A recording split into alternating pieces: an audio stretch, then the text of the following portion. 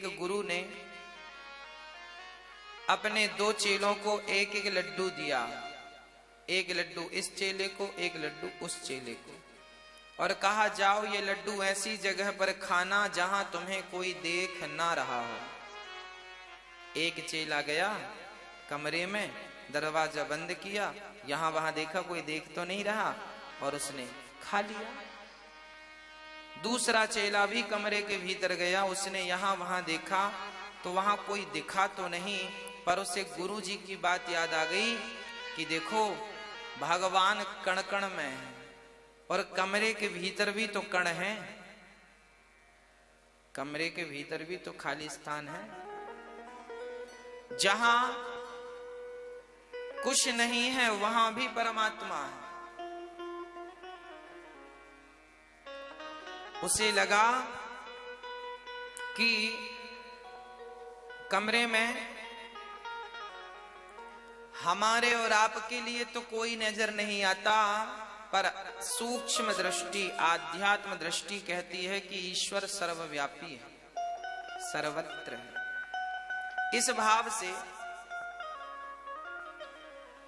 भगवान अब वो लड्डू लेकर गुरु जी के पास गया और गुरु जी से कहा, गुरुदेव ने कहा क्यों तुमने लड्डू खा लिया? तो पहले चेले ने कहा हाँ गुरुजी कमरे में खाया हूं, कोई नहीं था, किसी ने नहीं देखा। दूसरे चेले से कहा क्यों तुमने लड्डू क्यों नहीं खाया? उसने कहा गुरुदेव मुझे ऐसी कोई जगह मिली ही नहीं जहां ईश्वर हमें ना देख रहा हो। ईश्वर तो हमें सब जगह से, सब तरफ से, सब दिशाओं से देख रहा है। तो भगवान चार थे, सुभिज्ञ स्वराट, सब कुछ जानने वाले हैं भगवान।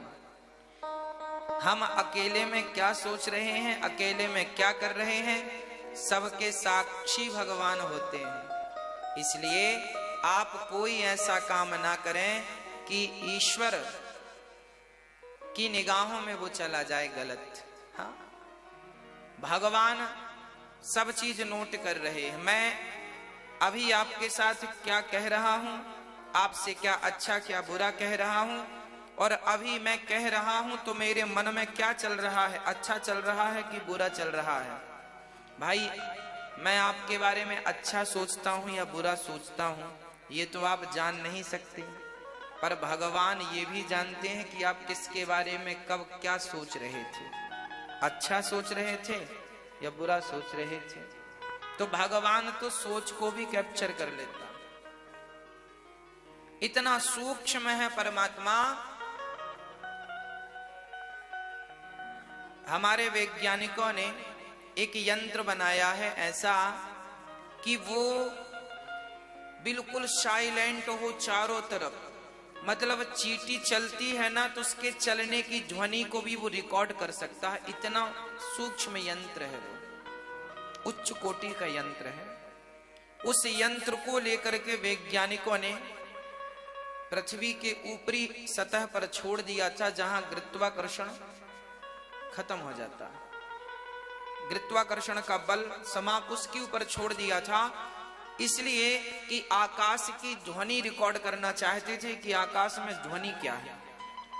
तो वैज्ञानिकों ने जब उस यंत्र को सैटेलाइट के माध्यम से ऊपर छोड़ा, स्थित किया, तो उस रिकॉर्ड करने वाले यंत्र ने जानते हो क्या रिकॉर्ड किया? सूर्य की किरणों से, अर्थात सूर्य से आकाश में एक ध्वनि निकल रही है। ध्वनि कौन सी है? ध्वनि निकल रही है ओम की।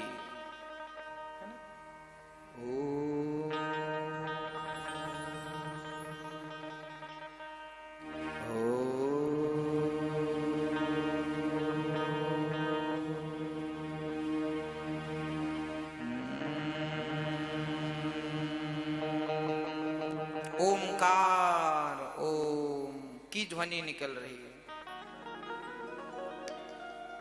अब विचार करिए कि जब इंसान चींटी के चलने की ध्वनि रिकॉर्ड करने का यंत्र बना सकता है, तो परमात्मा क्या आप सोच क्या रहे हैं उसका यंत्र नहीं बना सकते? वो परमात्मा है, वो तो वो है जिसने तुम्हें बनाया है। तो उनके लिए असंभव क्या है? सब कुछ पॉसिबल है, सब कुछ संभव उनके लिए। तो भगवान सबकी जानते हैं। चार थे सुभिज्ञ और भगवान स्वानैव राजते इति स्वराट। स्वराट मतलब जिन्हें किसी से प्रकाश लेने की जरूरत ना पड़े, स्वयं प्रकाशित हो, उन्हें स्वराट कहते हैं।